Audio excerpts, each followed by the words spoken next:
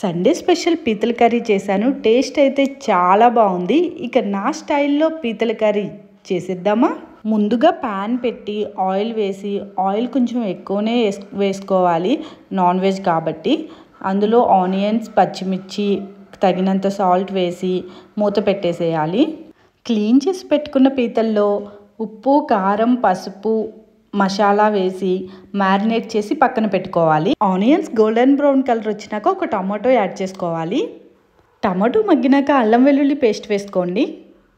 ఇవన్నీ మంచిగా ఫ్రై అయినాక మనం ముందుగా మ్యారినేట్ చేసుకున్న పీతల్ని యాడ్ చేసుకోవాలి. ఇప్పుడు స్టవ్ని లో ఫ్లేమ్లో పెట్టి పీతల్లో నుంచి ఆయిల్ పైకి వచ్చే వరకు మంచిగా ఫ్రై అవ్వనివ్వాలి. తగినంత వాటర్ వేసుకొని కరివేపాకు యాడ్ చేసి మూత పెట్టేసేయండి. లాస్ట్లో మసాలా పౌడర్, కొత్తిమీర యాడ్ చేసి 2 మినిట్స్ తర్వాత స్టవ్ ఆఫ్ చేసేయండి. వేడి వేడి పీతల కూర రెడీ.